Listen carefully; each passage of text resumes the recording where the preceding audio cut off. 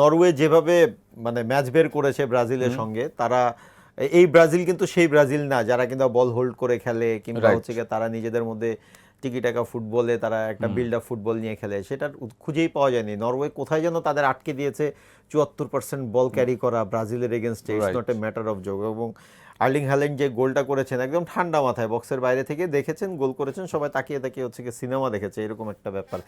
এই নরওয়ের এগেনস্টে ইংল্যান্ডের, যাদের 1966 সালের পরে কোনো ওয়ার্ল্ড কাপ নাই, অনেকগুলো প্রজন্ম চলে গেছে, তাদের আসলে বিশ্বকাপের স্বাদ নেওয়া হয়নি। আপনি ওয়েন রুনি, ডেভিড বেকহাম, হ্যাঁ, হাস্কি, কিংবা হচ্ছে কি আপনি রিও ফার্ডিনান্ড, হ্যাঁ, ওদের কথা বলতে পারেন, একটা প্রজন্ম তো গেছে। এরপরে সাকা প্রজন্ম এসছে, জুড বেলিংহামরা এসছে, এবং তাদের কাছে আসলে ওয়ার্ল্ড কাপের এক্সপেকটেশনটা মানুষের অনেক বেশি।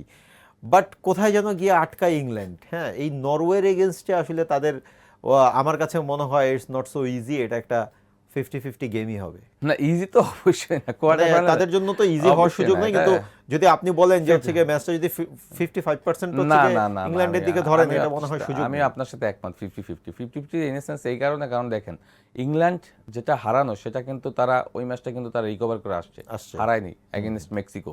হ্যাঁ, তারা যে ম্যাচ বের করে নিয়ে আসছে মেক্সিকোতে গিয়ে, যেটা রেকর্ড আসলে মানে মেক্সিকোর বাইরে কোনো দেশের ছিল না, হ্যাঁ, সেই রেকর্ডটা কিন্তু তারা ব্রেক করে এখান থেকে একটা, এবং সেই ম্যাচে ইংল্যান্ড টিমকে আটকানোর জন্য মেক্সিকোর দর্শকরা একটা মানে ইন্টারেস্টিং কাজ করেছে। হোটেলের সামনে গিয়ে ভুবুজালা বাজিয়েছে, অফ দ্য ফিল্ড অনেক কিছু চেষ্টা করেছে, অন দ্য ফিল্ডও অনেক চেষ্টা করেছে, বাট আলটিমেটলি কিন্তু সেটাতে সাকসেস হতে পারেনি। বিকজ ইংল্যান্ডের এই স্কোয়াডটাতে অনেক ট্যালেন্ট প্লেয়ার আছে যারা যে কোনো সময় ম্যাচ ঘুরিয়ে দিতে পারে। জুড বেলিংহামের কথা আপনি বলছিলেন, জুড বেলিংহাম যদি পার্টিকুলার ডেতে সে চিন্তা করে যে আজকে আমি পুরো এনার্জি নিয়ে খেলবো, ইংল্যান্ডকে আমি একটা বড় সাকসেসে দিয়ে নিয়ে যাবো, সে একাই একটা ম্যাচ কিন্তু ঘুরিয়ে দিতে পারে। হ্যারি কেন একাই একটা ম্যাচ যে কোনো সময় ঘুরিয়ে দিতে পারে, এবং সেটা সে দিয়েছে কঙ্গোর সাথেই দেখেন। হ্যাঁ, সে একাই কিন্তু ম্যাচ ঘুরিয়ে দিয়েছে। আপনার মেক্সিকোর সাথে জুড বেলিংহামের এই অতি মানবীয় পারফরমেন্স, জুড বেলিংহাম ওই ম্যাচ যেতে কোথায় ছিল না আপনি দেখেন, সে গোল করেছে, at the same time defending ট্রানজিশনে আমি দেখলাম যে সে গোলকিপারের সামনে এসে ডিফেন্স করছে। সো এরা তো আসলে অনেক ক্যালিবার প্লেয়ার। এবং হ্যারি কেনকে কিন্তু আপনার এই ক্ষেত্রে অনেক বেশি কৃতিত্ব এইবারের ওয়ার্ল্ড কাপে দিতে হবে, কারণ তিনি যখনই আমি দেখেছি যে মানে আমার খালি চোখে যেটা দেখা, যে যখনই হচ্ছে গিয়ে ইংল্যান্ড কোনো একটা ট্রানজ্যাকশনাল মুভমেন্টের ফরমেশনটা চেঞ্জ করছে, তখন মানে হয়তো তাদের কম্বিনেশনটাই এমন, হ্যারি কেনের একটা ইশারায়, মানে হয়তো একটা ইশারায় একটা ফুটবলার বুঝে যাচ্ছে যে এখন তার কি করতে হবে, আগামী 5 মিনিট কি করতে হবে, টিমটা অর্গানাইজ হয়ে যাচ্ছে। আমার মনে হয় টটেনহ্যামের পরে তার এই জার্মানিতে এসে তার ফুটবলের যে মস্তিষ্ক, সেই মস্তিষ্কের ধারটা বেড়েছে, অনেক বেড়েছে। তার গোল স্কোরিং এর অ্যাবিলিটিও বেড়েছে। এই সিজনেই দেখেন 60+ গোল, চিন্তা করা যায় না। 61টা গোল সে অলরেডি করে ফেলেছে ওয়ার্ল্ড কাপের এই গোলগুলি বাদে। তবে ইংলিশ ফুটবলের কিংবদন্তি হওয়ার দৌড়েও তিনি আছেন, অবশ্যই থাকতে হবে, অবশ্যই তাকে রাখতে হবে। ওয়ার্ল্ড কাপ স্টেজে তার সব থেকে বেশি গোল, হ্যাঁ, কোন ইংলিশ প্লেয়ার এত গোল এখন পর্যন্ত করতে পারেনি।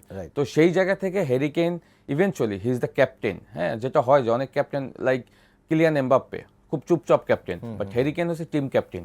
হ্যাঁ, অন দ্য ফিল্ড প্লেয়ারদেরকে আসলে পিছিয়ে থাকলে কি করতে হবে সেই মোমেন্টামগুলি কিন্তু সে ধরিয়ে দেয়। So it's very important. So Norway এবং ইংল্যান্ডের ব্যাপারটা হলো যে এই ম্যাচটা 50-50 ডেফিনেটলি হবে।